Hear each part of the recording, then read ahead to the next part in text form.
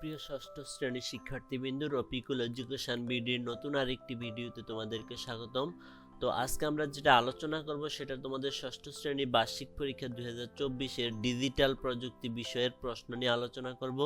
তো এই প্রশ্নটা আমাদের স্কুলে অলরেডি এই বিষয়ের পরীক্ষা হয়ে গিয়েছে, তাই তো প্রশ্নটা তোমাদের সাথে শেয়ার করতে পারলাম।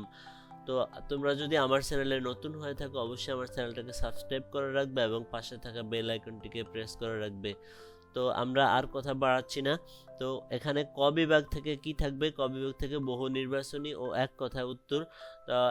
প্রথমে 15টা দেওয়া আছে এক কথা বহু নির্বাচনী।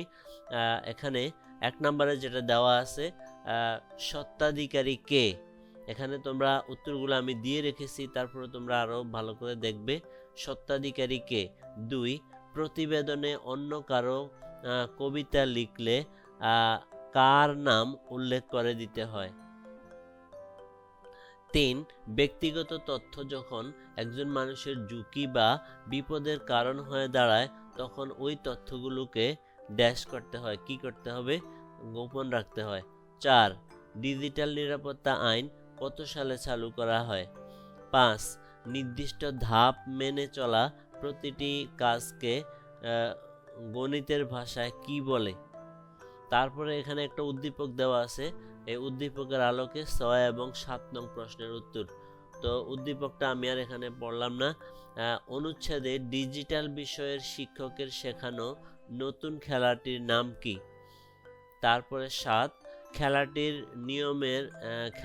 নিয়মের অন্তর্ভুক্ত কি কি? খেলাটির নিয়মের অন্তর্ভুক্ত কি কি আছে এখানে দেওয়া আছে, সেগুলো তোমরা একটু দেখে নিবে। তারপরে আসো 8 নম্বরে, অ্যালগরিদমের চিত্ররূপ কোনটি? অ্যালগরিদমের চিত্ররূপ কোনটি? 9, বিদ্যালয়ে আসার ধাপসমূহের অন্তর্গত কি কি? তারপরে নিচের 10, মানচিত্রে রেল যোগাযোগের জন্য কি ব্যবহার করা হয়? মানচিত্রে রেল যোগাযোগের জন্য কি ব্যবহার করা হয়? 11, 2 বা ততোধিক বস্তু একে অপরের সাথে কিসের মাধ্যমে যুক্ত থাকে? 12, ফাইবার অপটিক কিসের তৈরি? 13, সার্ভার কি? 14, নিচের কোনটি ব্যক্তিগত গোপনীয় তথ্য? 15 নম্বর প্রশ্নটা ভুলক্রমে দেওয়া হয়নি। তারপর আমরা চলে যাব এক কথায় উত্তর দাও।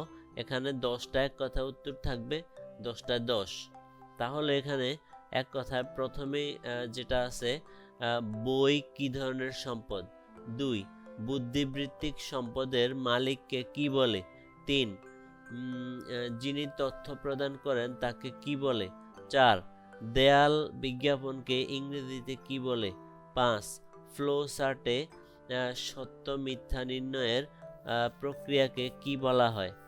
6, ধারাবাহিক ধাপ অনুসরণ করে কোন অ্যালগরিদম? ধারাবাহিক ধাপ অনুসরণ করে কোন অ্যালগরিদম? 7, ফাইবার অপটিক কিসের তৈরি তার? 8, যে ইমেল পাঠাবে তাকে কি বলা হয়? 9, কোনটিকে ডিজিটাল ট্রাফিক পুলিশও বলা হয়? 10, যোগাযোগ নেটওয়ার্ক কত প্রকার? তো প্রিয় শিক্ষার্থীরা, এই ছিল তোমাদের এক কথায় উত্তর 10টি। এবার আমরা চলে যাব খ বিভাগে। খ বিভাগে সংক্ষিপ্ত উত্তর আছে 10টি, 10 দুগুণে 20। 1, বুদ্ধিবৃত্তিক সম্পদ কাকে বলে? একটি উদাহরণ দাও। 2, ভৌগোলিক সম্পদ কি? 3, স্বত্বাধিকারী কাকে বলে? 4, ব্যক্তিগত তথ্য কাকে বলে? উদাহরণ দাও। 5, তথ্য শেয়ারের ক্ষেত্রে কোন বিষয়গুলোতে সতর্ক থাকতে হবে? 6, অ্যালগরিদম কাকে বলে? 7, প্রবাহ চিত্র বা ফ্লো চার্ট বলতে কি বোঝায়? 8, রোবট কি? 9, কৃত্রিম উপগ্রহ বলতে কি বোঝায়? 10, SMS কাকে বলে? এবার আমরা চলে আসলাম গ বিভাগে। রচনামূলক প্রশ্ন দৃশ্যপটবিহীন, মানে এখানে কোনো উদ্দীপক থাকবে না, 5টি থেকে যে কোনো 3টি প্রশ্নের উত্তর করতে হবে, 3 5 15। তাহলে 1 নম্বরে কি দেওয়া আছে, ঝুঁকি মোকাবেলায় কি ধরনের পদক্ষেপ নেওয়া উচিত এবং প্রতিটি ঝুঁকির ব্যক্তিগত গোপনীয়তা লঙ্ঘনের এবং তা মোকাবেলার কৌশল সম্পর্কে মতামত দাও। 2, বিদ্যালয়ে যাওয়ার আগে ঘুম থেকে উঠে যা যা করা হবে তার ধাপসমূহ লিস্ট করে এবং লিস্টটি ফ্লো চার্টের মাধ্যমে উপস্থাপন করে দেখাও। 3, ক্লাস শেষে বিদ্যালয় থেকে বাড়ি আসার ধাপগুলো তালিকা আকারে লিখো। 4, ইমেল কি, ইমেল ব্যবহারের সুবিধা লিখো। 5, ডিজিটাল ও নন ডিজিটাল নেটওয়ার্কের মধ্যে মিল ও অমিলগুলো লিখো। এবার আমরা চলে আসলাম ঘ বিভাগে। ঘ বিভাগে কি রচনামূলক প্রশ্ন, দৃশ্যপট নির্ভর, মানে এখানে কি উদ্দীপক দেওয়া থাকবে, তো উদ্দীপক থেকে ক এবং খ এর আনসার করতে হবে।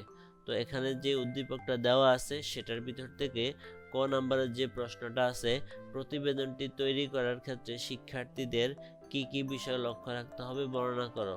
খ, শিক্ষার্থীদের প্রস্তাবিত প্রতিবেদনটির একটি নমুনা তৈরি করো।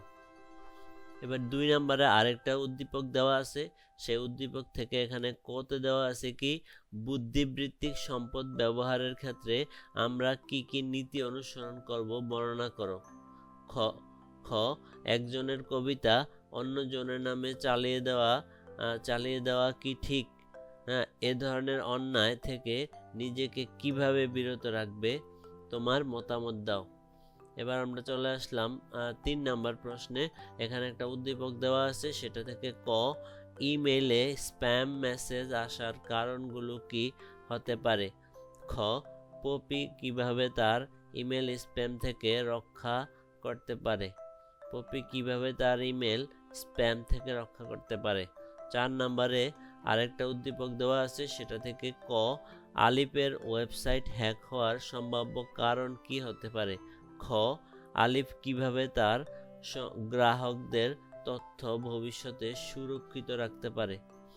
এবার 5 নম্বরে উদ্দীপক রবি ও রনি 2 বন্ধু, সেটা থেকে যে প্রশ্ন দেওয়া আছে, অনুচ্ছেদে বর্ণিত তথ্যের আলোকে কুমিল্লা থেকে সেন্ট মার্টিন যাওয়ার একটি ফ্লো চার্ট তৈরি করো। তারপরে আসো, রনি প্রস্তুত হতে দেরি হওয়ায় রনির বাড়ি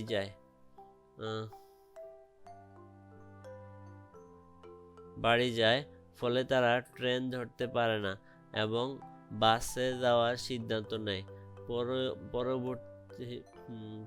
পরবর্তী পরিস্থিতিতে কুমিল্লা থেকে সেন্ট মার্টিন যাওয়ার একটি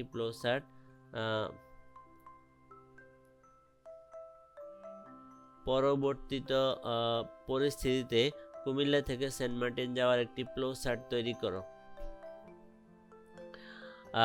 এবার 6, ধনেশ্বর উচ্চ বিদ্যালয়ে একটি অনাকাঙ্ক্ষিত সমস্যার জন্য আগামীকালের পরীক্ষাটি 2 দিন পিছিয়ে দিতে হয়।